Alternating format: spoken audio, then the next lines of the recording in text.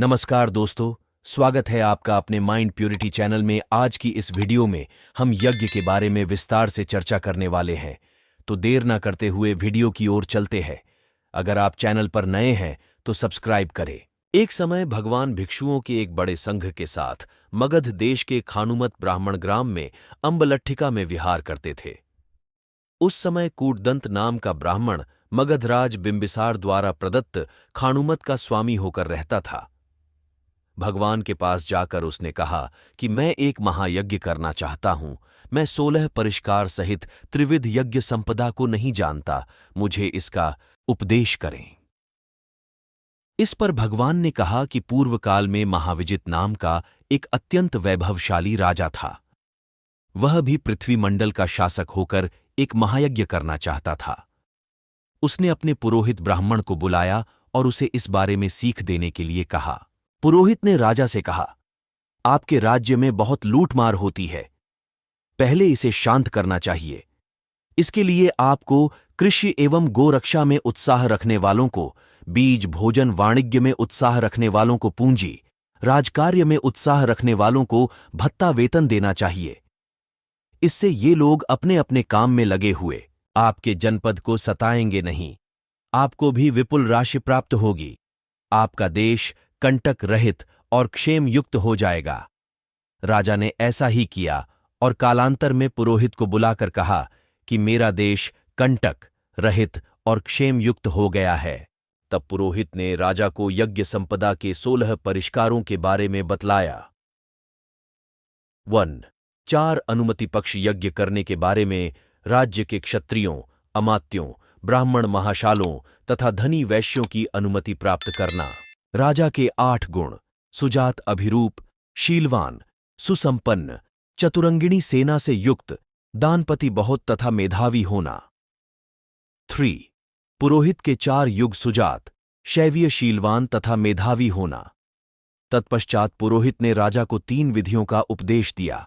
उसने कहा कि यज्ञ करने से पहले, यज्ञ करते समय और यज्ञ कर चुकने पर वह ग्लानि नहीं होनी चाहिए कि एक बड़ी धनराशि व्यय हो जाएगी, व्यय हो रही है अथवा व्यय हो गई।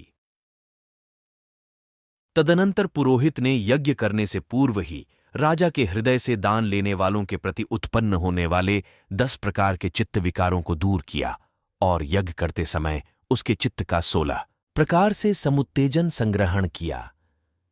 उस यज्ञ में न तो गायें मारी गईं, न बकरे भेड़े, न मुर्गे सूअर, न नाना प्रकार के प्राणी, न खूब के लिए वृक्ष काटे गए, न वेदी पर बिछाने के लिए दर्भ जो काम करने वाले नौकर चाकर थे, उन्होंने भी दंड तर्जित, भय तर्जित हो आंसू बहाते रोते हुए सेवा नहीं की। जिसने जो चाहा वही किया, जो नहीं चाहा वह नहीं किया। घी, तेल, मक्खन, दही, मधु, खांड से वह यज्ञ संपन्न हुआ। कृटदंत द्वारा यह पूछे जाने पर कि क्या इस 16 परिष्कार वाली त्रिविध यज्ञ संपदा से कम सामग्री और कम क्रिया वाला किंतु महाफलदायी कोई यज्ञ होता है, भगवान ने कहा, हाँ। तत्पश्चात उन्होंने उसे एक से एक उत्तम प्रणीततर यज्ञों के बारे में बतलाया।